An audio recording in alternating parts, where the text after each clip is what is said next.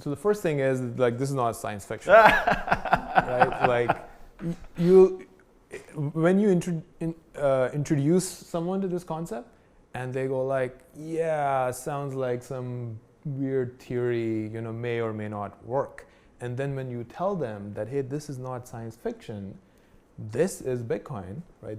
So it started in 2009, like January of 2009 was what they call a Genesis block, like the first, the T like call it 0 or the something. first transaction. Is that what transactions are in blocks. I got it. Okay. Right? Got it. So like this is not even on the chart. Okay. I discovered it here, 2013. I was supposed to like finish my PhD. I was working on a different thesis. I just kind of like me and my co-founder Ryan Che, we just went all in. Like this technology is like it's a rabbit hole, right? Like you can just like keep discovering new things, and you can. I heard a rumor that you may have put all your life savings in Bitcoin. Yes, but is this true? But okay. to be fair, I was just a poor grad student, and it wasn't a lot of savings, but I did convert all of them into Bitcoin. And Lena, she was like, she was like, you're crazy. Like, but the good thing is, like, she did not. She did not put her money into Bitcoin. So I was taking the risk, and you can imagine I was very happy here when this went from. I think when I got in, it was less than $200. I was like in the late 100 range. Okay. And then it went up to $1,200. Right, so I was feeling very smart at that point, like when it was here, and then there was a crash, and then another crash, and it was stable. But what's interesting is, all of this has happened before. Like this could be a zoom in, like this could be a zoom into this. It does look similar to right? that. Yeah. Like it's like it's the technology. Like think of it this way, that when email was starting, people didn't have email addresses, right?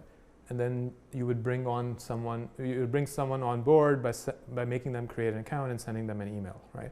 But now there is actual money involved with the adoption of this technology as more and more people are like joining in, and the total number of Bitcoins are actually fixed. So it works like gold in that way.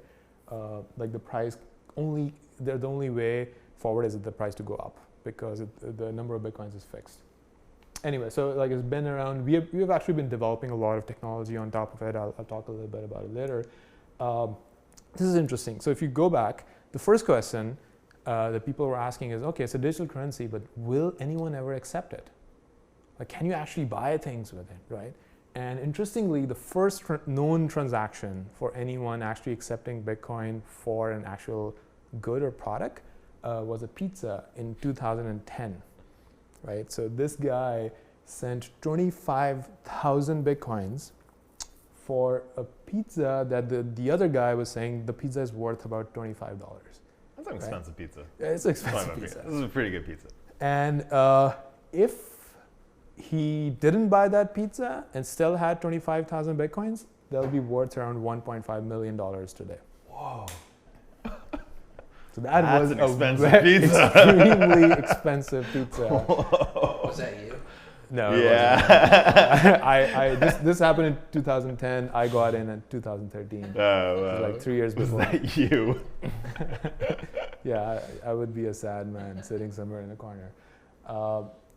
And if you look at the Bitcoin industry now, around $1.1 billion US has been invested just by venture capitalists, like VC firms, like people who put money behind Facebook, Amazon, Google. They're all getting into this space. And these are like some of the big companies. We actually share investors with these guys, like companies that raise like north of $100 million, right? And to build like wallets for Bitcoin, to build like merchant services, to build like, they're a very interesting company, 21. They are building like Bitcoin computers that just come with this mining chip so that whenever you're kind of like just minting money through your computer, and it has like built-in Bitcoin support, so you can just like make payments at any point and so on. If you actually wanted to, so now this brings me to like, okay, how is the currency actually created? Like who creates it? If there's no government, how do you actually distribute the currency to begin with, right? And Bitcoin solved this problem in a very interesting way that they tied the release of the currency with this same thing, like this thing. So at every block, new currency is being released. So as you go through time, So at every step of time, like imagine someone is like throwing new money into the system. where does it go? So it goes to the, so now, remember when I said that all these people are solving puzzles, right? So imagine like it's us, and we designed this system that is going to give the person who solves the puzzle a reward. The reward is actually new Bitcoins that are getting introduced into this system, right? So all of us are like solving a puzzle. Who else says, hey, I solved it, right? And I get Bitcoins. So this is how new currency gets introduced into the system. And as this, initially it was just people with their laptops. And then people started getting more sophisticated. They started like building like what they were calling them mining rigs in their basements. Like they would make a lot of noise and like, but they were actually literally minting money. So mining is like using a computer to make money. Or to solve puzzles? To solve puzzles. Okay. To make money. So you solve puzzles, you make money. Yes. Okay. And then this happened, right? That this is a mining rig. So imagine someone's basement where they are actually like going around trying to do you have friends who are like big video game players and they have like these really sophisticated computers and they would make sure which video card they're using and how much RAM they have?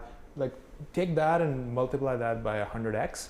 These guys would go and optimize like their machine so that their machine is actually more powerful on the network so that they can get more money, right? And then professionals stepped in and they started manufacturing what are called ASICs. They're specialized hardware designed to do only one thing, Bitcoin mining. Whoa.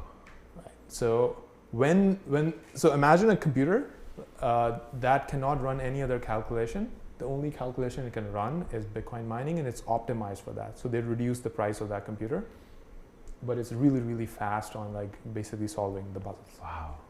And so those ASICs jumped in, and now actually it's not profitable for people like us to connect your computer and actually make money. That's awesome. Yeah, so this is something what I kind of described, that there are 21 million Bitcoins in total. Around 75% have been released already. Of all the Bitcoins that All are the Bitcoin ever possible. going to be released. Going to be released. Who decides that?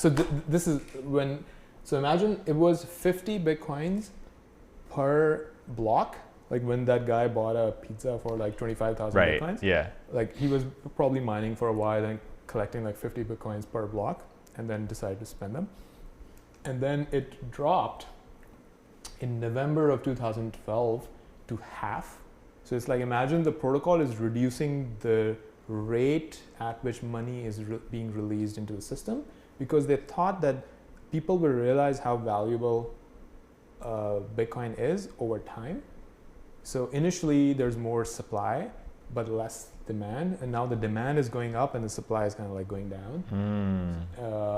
And it's very interesting. So Bitcoin actually halved again last month, and now Bitcoin was like big enough that there were actually like Bitcoin parties all over the world, like Tokyo, San Francisco. People were like, for some reason this was like a big event where now suddenly it went from $25 per block to 12.5 Bitcoins per block, right? So this is going to go down to zero in the next, I don't know, like 70 years or something like that. Is it because of inflation is what you're saying? It Because is. there's so many of them. So imagine, so governments do this, right? Like governments would figure out what's the inflation rate for the currency. So this is inflation built in at the beginning. Everyone knows the rate, right? And then it's going to stop at some point. So we actually don't know what will happen, but it's actually, the point is actually pretty far away in some sense. But if it keeps reducing in half, like you can imagine it'll go down to 6, then 3, then 1.5. So actually that time is not that far away. So we might hit like less than 1 Bitcoin per block I'm assuming decades, Mm. a couple of decades. Mhm. So then it will be very interesting to see, do people still connect their computers to the network? Because that's not the only form of payments